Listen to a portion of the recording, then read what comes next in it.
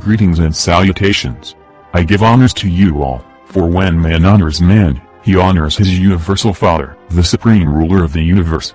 For the record, I would first like to say, I freely and cheerfully acknowledge, that I am of the African race. And, in that color which is natural to them of the deepest dye, and it is under a sense of the most profound gratitude to the supreme ruler of the universe. I suppose it is a truth too well tested, that we are a race of beings, who have long labored under the abuse and censure of the world, that we have long been looked upon with an eye of contempt, and that we have long been considered rather as brutish than human, and scarcely capable of mental endowments. Why will men forget that they are brethren? The color of the skin is in no way connected with the strength of the mind or intellectual powers. The one universal Father hath given being to us all, and that he hath not only made us all of one flesh, but that he hath also, without partiality, afforded us all the same sensations and endowed us all with the same faculties, and that however variable we may be in society or religion, however diversified in situation or color, we are all of the same family, and stand in the same relation to him. I ardently hope that your candor and generosity will plead with you in my behalf, when I make known to you who I am, and the various activities to which I have accomplished throughout history. My name is Benbay Emmanuel Muali. My grandmother on my mother's side was named Molly Welsh. She was an African woman who worked as an indentured servant in Europe. In time, she saved her money and bought her freedom. She traveled to America, and she would buy African slaves and then give them their freedom. One of the Africans she married and had children with was a prince from the Dogon tribe named Banaka, my grandfather. Molly Welsh and Banaka were the parents of my mother, whose birth name was Mary Banaki.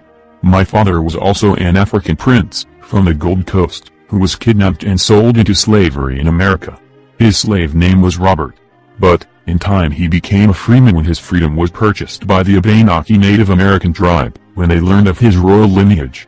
Eventually, he would become a prince of the Delaware Moors. As a child growing up, there was a tradition of science, learning, and education in our household. My grandfather Banaka taught us the way of the Dogon tribe, which emphasized the importance of astronomy and mathematics in making predictions on various events, and the cycles and seasons in nature. As a child, I was a self-taught autodidact, and this upbringing provided me with the foundation of who I was to become as an adult. And just who would I become as an adult, you may ask?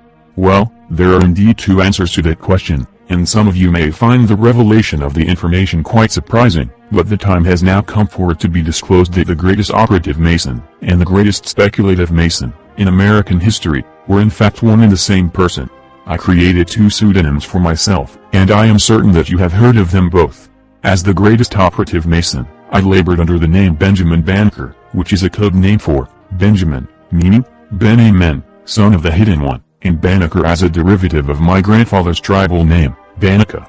As the greatest speculative Mason, I labored under the name Prince Hall, which was a mystic or allegorical name referring to the fact that my grandfather and father were both princes, and I built halls in the form of lodges and temples. As Benjamin Banneker, I am known as an African-American astronomer, astrologer, scientist, mathematician, judge, and surveyor.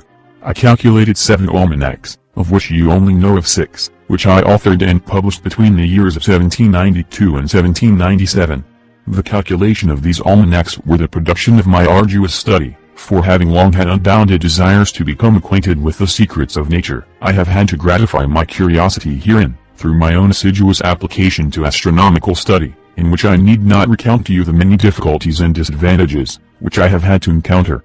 These almanacs forecasted weather, sunrise and sunset, high tide, low tide, phases of the moon, solar and lunar eclipses, planting seasons, and other cyclic events in nature.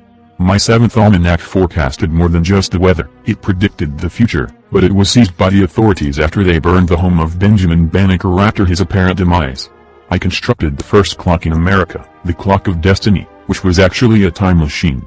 I also constructed America's first striking watch, and this is why the clock in London, Big Ben, is really named after Benjamin Banneker. As an astronomer, I charted the movements of the stars Spica, Arcturus, Regulus, and Sirius, my favorite lucky star. As Prince Hall, I am known as the founder of African Lodge No. 1, in America. According to the quiz book of Prince Hall Freemasons, it explicitly tells you that the hero Prince Hall could have been an elusive double character. Note that the birthplace, date of birth, birth parents, and early years of life of Prince Hall are all unclear and subject of speculation. I know you may find it hard to believe, but if you check the dates, you will see that both Benjamin Banneker and Prince Hall lived around the same time. And although I was the founder of the African Lodge No. 1 in America, I was the Grand Master of George Washington who initiated George Washington into the Masonic Order. This is why Benjamin Banneker was appointed by George Washington to the commission to design Washington, D.C. I turned the square on its corner, and made the astronomical observations and calculations for the layout of the grid of Washington, D.C. This is why D.C. is in between Virginia and Maryland. It is symbolic of D.C. being put between the Virgin Mary, and the buildings line up with the stars just like the cities in ancient Egypt. I also designed the layout of the city of Philadelphia. Well, on that note, I will leave you with this. Remember, evil communication corrupts good manners, and I hope that good communication corrupts bad manners. And now, I shall conclude, and subscribe myself, with the most profound respect, your most obedient humble servant, Big Ben Bay, Emmanuel Mual E.